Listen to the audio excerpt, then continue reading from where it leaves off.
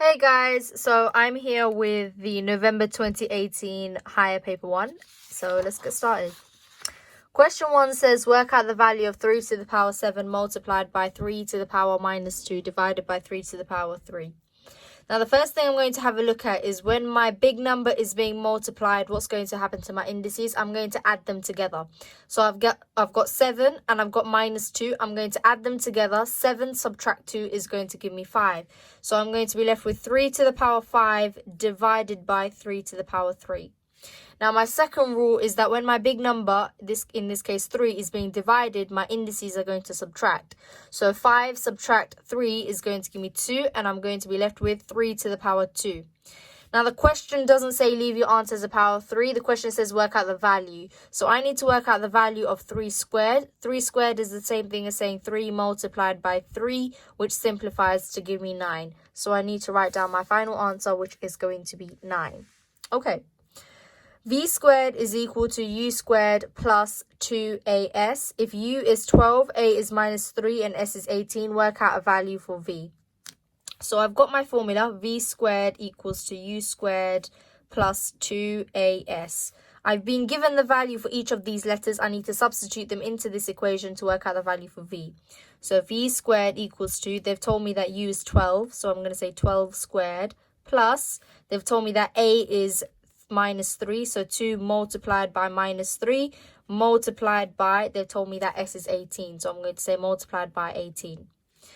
V squared equals to 12 squared is equal to 144, so I've worked out that is 144, plus 2 multiplied by minus 3. Minus 3 multiplied by 18 is going to give me 54, so I've got plus 2 multiplied by minus 54.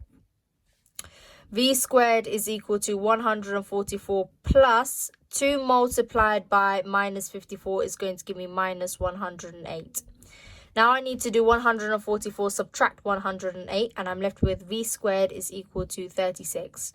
Now my answer isn't finished here because the question said work out the value of V, and I've only worked out V squared. So to get the value of V, I need to square root 36, and when I square root 36, I'm going to get plus or negative 6. Okay, make sure you remember when you square root something, you don't just get a positive value, you could get a negative value. The question hasn't specified give a positive value of W, give a positive value of V, so I'm going to write down plus or minus 6. Okay, the second question says make S the subject of V squared equals to U squared plus 2AS. So first I'm going to take U squared to the other side. I will subtract it on both sides, and I'm left with V squared minus U squared equals to 2AS. Now the 2 and the A are being multiplied by the S, so to get rid of them and take them to the other side, I must divide it by 2A on both sides. If I divide it by 2A on both sides, I'm left with V squared minus U squared divided by 2A is equal to S. Now S is by itself, therefore it is the subject of the formula. Okay? Let's move on. A bonus of 2,100 is shared by 10 people who work for a company. 40% of the bonus is shared equally between the 3 managers. The rest of the bonus is shared equally between 7 salesmen. One of the salesmen said, if the bonus is shared equally between all 10 people, I will get 25% more money. Is he correct? Is the salesman correct? You must show how you get your answer. So altogether, there are 3 managers and 7 salesmen. So 3 plus 7 equals to 10. There are 10 people altogether. So you've got £2,100. If it's shared equally between 10 people, so 2,100 divided by 10, that means they would get £210 each. If shared equally between all of them. Now, if 40% of the bonus goes to the managers, then you're going to do 100%, take away 40%, and you're left with 60%. So 7 of the salesmen share 60% of the money. So now I need to work out 60% of 2,100. Okay? I know that 100% of this money equals to 2,100. Therefore, 10% of this money is equal to £210. And 50% of this money, to work out 50%, I will just do 100% divided by 2. So I'm going to half this, and I'm left with 1,050. Now to work out 60%, I'll add the 10% and the 50% together. So I'll do 1,050 plus 210, and I'm going to get £1,260. Okay. Now I need to work out how much each person gets. Okay, so this 1,260 is the bonus shared equally between 7 people. So I'm going to do 1,260 divided by 7. 7 goes into 1 0 times. It goes into 12 once with the remainder of 5. 7 goes into 56 8 times with the remainder of 0. 7 goes into 0 0 times. So 1,260 divided by 7 is equal to £180 each. So each of the salesmen get £180. Okay. Now, what is the question asking? The question said if the bonus was shared equally, he would have gotten 25% more money. But because it isn't, you need to work out if this is 25% more. Okay. Now, currently he's getting £180. If it was shared equally, he would get £210. So I'm going to do the difference over the original multiplied by 100 to work out how much more money this is going to be. So the difference would be 210 take away £180 divided by the original amount of money, which is £180, and I would multiply this by 100 to work out if this was 30% more. 210 take away 180 is equal to 30. 30 divided by 180 multiplied by 100. 30 divided by 180 can simplify to give you 3 over 18, which is simplified to give you 1/6. So 1/6 multiplied by 100.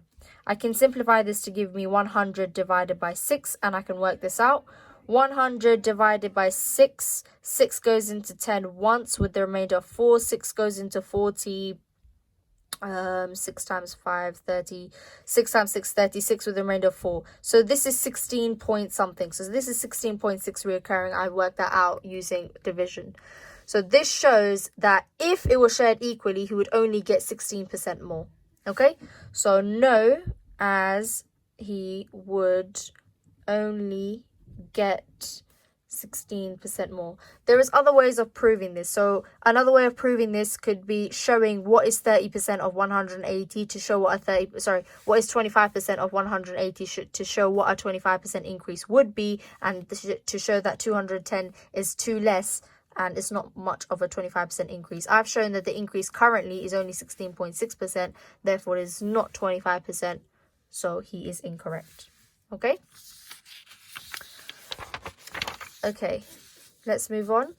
Question number 4. It will take 120 minutes to fill a swimming pool using water from 5 taps. How many minutes will it take to fill the pool if only 300 of the taps are used?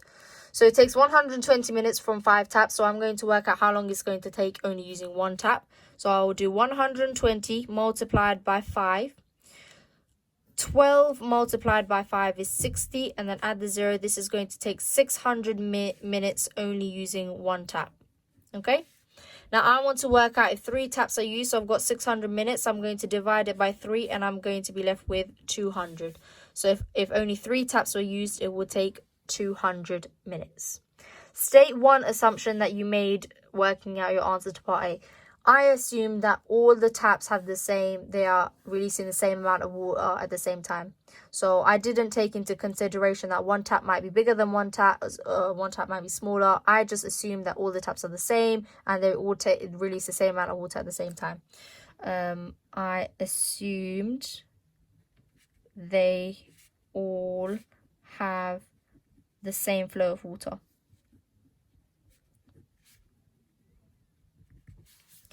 A plane travels at a speed of 213 miles per hour. Work out an estimate for the number of seconds the plane takes to travel 1 mile. The question is an estimate. This is a non-calculated paper, so I'm going to change 213 to 200. Okay? So a plane travels 200 miles in 1 hour. Okay? I'm going to convert 1 hour into minutes. I know 1 hour is 60 minutes, so 200 miles is how much it travels in 60 minutes. The question has asked me to look at seconds, so I'm going to convert 60 minutes into seconds. Now, in each minute there are 60 seconds, so I will do 60 multiplied by 60. 6 times 6 is 36. 1 0 2 0, that's 2 zeros. So it's going to be 3,600 seconds. So a plane travels 200 miles in 3,600 seconds. I'm going to divide both sides by 100. If I divide both sides by 100, that means the plane is traveling 2 miles in 36 seconds. What is the question asking? The question asking how long it takes to travel 1 mile. So to get from 2 miles to 1 mile, I need to divide it by 2. So I'm going to divide 36 by 2 and I'm left with 18. So I have assumed that the plane travels 1 mile in 18 seconds. Is your answer to part A an underestimate or an overestimate? Give a reason for your answer. Now, the reason that this is an overestimate was that because I rounded the miles down, I rounded the distance down, okay? So it's actually going to travel more than 1 mile in 18 seconds, okay? Not 1 mile, because the distance is actually higher. It's not 200, it's 213. I rounded it down because it was an estimate. Overestimate as I rounded the distance down. It will travel 1 mile faster than 18 seconds. Okay, let's move on. The question says, solve these simultaneous equations. So the first step you need to do is make your x or y value the same. In this question, I am going to make my x values the same. So right now, this x value is 5x. This is x. I'm going to make this 5x as well. So I'm going to multiply the bottom equation by 5. So the top one stays 5x plus y equals to 21. I'm going to multiply the bottom equation by 5. So it's going to be left with 5x minus 15y is equal to 9 times 5 is 45. Now, my x's are the same, so what I'm going to do, they are both positive, so I'm going to do the top equation, take away the bottom equation. So 5x take away 5x is going to cancel out. Y minus 15y. Now, this is what it looks like. Y minus 15y. The minus and the minus become a positive, which is y plus 15y, leaving me with 16y. So this is going to become 16y. 21 take away 45 is minus 24. So I'm left with 16y is equal to minus 24. To get the value of 1y, I'm going to divide it by 16 on both sides. So you're probably thinking, oh my god, how can I do minus 24 divided by 16? Now, the easiest way is to write it as a fraction. So you've got minus 24 divided by 16. I'm going to simplify this fraction. I can half the top, so I'm left with 12 over 8. Half it again, I'm left with 6 over 4. Half it again, I'm left with 3 over 2. I know that 3 divided by 2 is 1.5. So because it's minus 24 divided by 16, it's going to be minus 1.5. So I'm left with y is equal to minus 1.5. Now that I know the value of y, I'm going to substitute it back into any of the original equations to work out the value of x. So 5x plus y equals to 21. I replace plus y with minus 1.5. So I'm going to say 5x minus 1.5 is equal to 21. I'm going to add 1.5 on both sides. So 5x is equal to 22.5. I need to work out the value of x, so I need to divide it by 5 on both sides. Non-calculator, so 22.5 divided by 5. 5 goes into 2 0 times. It goes into 24 times with the remainder of 2. It goes into 25 5 times. So 22.5 divided by 5 is equal to 4.5. Therefore, the value of x is equal to 4.5. Okay, so now I'm going to put into the equation that x is equal to x is equal to 4.5 and y is equal to minus 1.5. Okay, let's move on. The diagram shows the square ABCD with the sides of the length 20 centimeters. It also shows a semicircle and an arc of a circle. AB is the diameter of the semicircle. AC is an arc of the circle with the center B. Show that the area of the shaded region over the area of the square is pi over 8. First, I'm going to work out the total area of the whole square. So this is the length of one side, so the length of the other side is also 20. So total area of the square, is going to be 20 multiplied by 20, which is equal to 400 centimeters squared. So the total area is going to be 400 centimeters squared. Now I'm going to look at the big section, which is going to be the quarter of a circle. So I'm going to do area of a quarter of the circle. Now to do area of a quarter of the circle, I already know the area of a circle is pi multiplied by radius squared. Okay, so pi multiplied by radius squared, but if I'm doing a quarter of a circle, I'm going to divide it by 4. Same way if I was doing half of a circle, I would do pi times radius squared and I would divide it by 2. So the radius for the quarter of a circle is going to be 20. So I'm going to do pi multiplied by 20 squared divided by 4. 20 squared is 400. So pi times 400 divided by 4. 400 divided by 4 is just 100. So this is 100 pi. So the area of the quarter of a circle is 100 pi. I'm going to do the same steps, but this time area of the half of the circle. Now, you have to be very careful because the area of the half of the circle, the radius for it is different than the quarter of the circle, because the quarter of a circle is this big and the half of the circle is just this big. So therefore, the radius for the smaller circle is only 10. So you're going to do pi multiplied by 10 squared, because the radius is 10, divided by 2 this time because we're working out a semicircle. So that's going to be pi multiplied by 100 divided by 2. 100 divided by 2 is 50, therefore I'm left with 50 pi. Now, I need to work out this shaded section. To work out the shaded section, I'm going to do the quarter circle, take away the semicircle to be left with this shaded section. So I'm going to do the area of the shaded section. The area of the shaded section, so the area of a quarter circle is 100 pi, take away 50 pi. 100 take away 50 is just 50, so I'm left with 50 pi. So the area of the shaded section is only 50 pi. The question is saying, show that the area of the shaded section over the area of the square is pi over 8. So the area of the shaded section is 50 pi. And the area of the total square is going to be 400 centimeters squared. Now, I'm going to divide the top and the bottom by 10, and I'm going to be left with 5 pi over 40.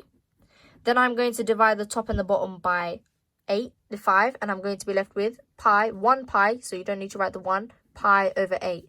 Therefore, the area of the shaded over the total equals to pi over 8. Okay, so all of my working out, you need to have working out for these questions. You do not do these questions in your head, especially if it's a proof question. Everything you're doing in your head, you write down on this piece of paper so they can see what you're doing, and that all counts as your proof. Okay? Okay, question number 8 says write down the exact value of tan 45. Okay, so to work out the value of tan 45, this is my trick. So I'm going to draw a square root. This is my sine values, this is my cosine values. 0 degrees, 30 degrees, 45 degrees, 60 degrees, 90 degrees. It is a 1-mark question, but I don't have a calculator, and if you don't know by heart, this is what you're going to do. 0, 1, 2, 3, 4, 4, 3, 2, 1, 0 over 2. And to work out tan, you need to do sine divided by cosine. So to do tan 45 in this case, so I'm working out tan 45, I need to do sine 45 divided by cosine 45. So sine 45, I'm going to look at sine 45. Sine 45 is going to be root 2 over 2.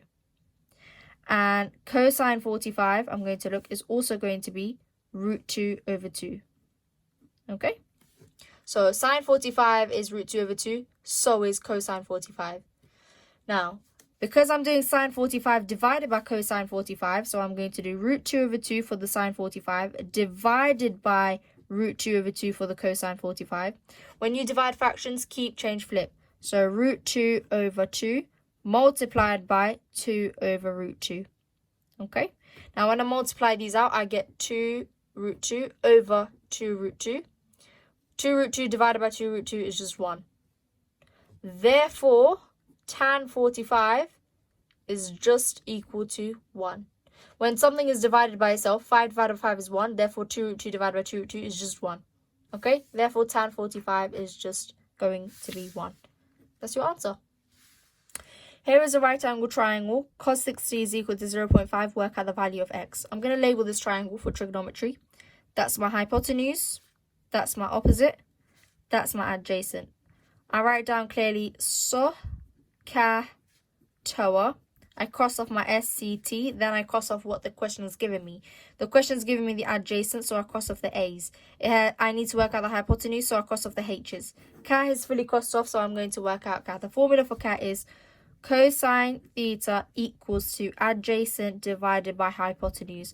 I will substitute the values into this equation. So cosine 60 equals to the adjacent is 4 divided by x. In the question, it's told me cosine 60 is equal to 0.5. If it didn't, I could use this. Cosine 60 is 0.5, so therefore 0.5 equals to 4 divided by x. Multiply x on both sides. 0.5 multiplied by x equals to 4. Divided by 0.5 on both sides. X is equal to 8. Now, if you don't know how to do 4 divided by 0.5, 0.5 is the same thing as saying a half. So you can do 4 divided by a half. Keep, change, flip. 4 multiplied by 2/1, which is just 8. Okay, you can always write it out as fractions. Keep, change, flip your fractions. Much easier. So your value of x is going to equal to 8. Okay, make sure this is a table that you should memorize in case you need to do exact trig values in your head on the exam. Okay, follow for part 2. It should be posted soon, and I will start on with question 9. Thank you.